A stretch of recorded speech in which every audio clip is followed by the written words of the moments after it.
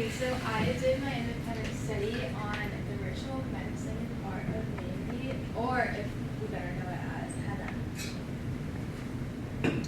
So first, why did I choose to do this?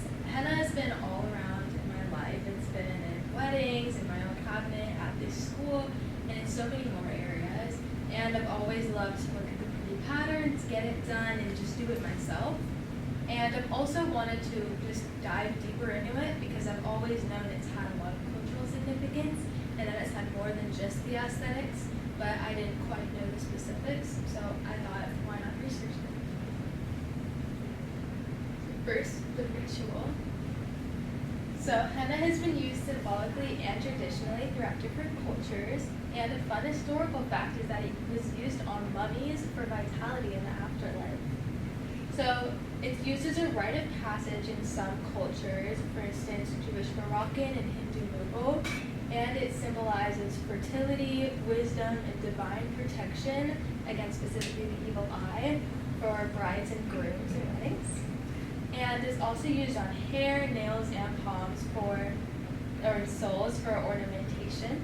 And an example is hair nails with henna were indicators of beauty and status and spirituality. Second is medicine. So henna can actually be used as a healing mechanism, and I feel like not many people know this.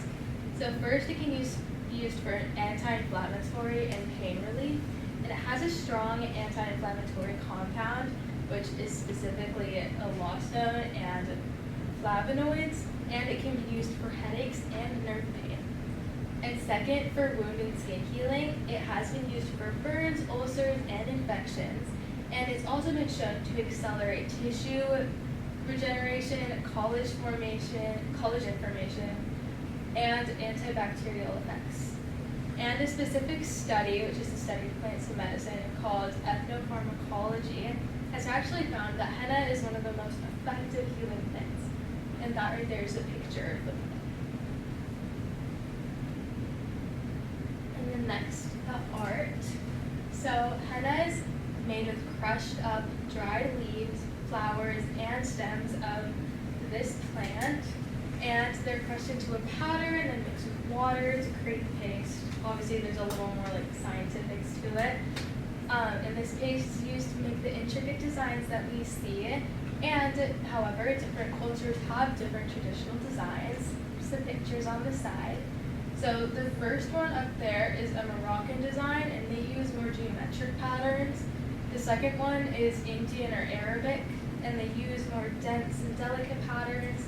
And then the third one is Gulf, and they use more florals and more loops. And also, as previously mentioned as a fun fact, it can be used as hair dye. However, there are also some modern dangers and risks to henna. So because of its rising popularity and industrialization, there's been some difficulties and dangers with like the modern henna that's been created. And some examples are the contamination of heavy metals, for instance lead, from polluted soils.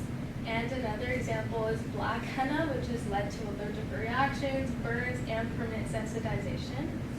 And a solution for this is that we need to have modern authentication on some of these modern hennas, and also just focus on buying from more authentic brands, just so that we can make sure we don't have these allergic reactions, and we also support local businesses.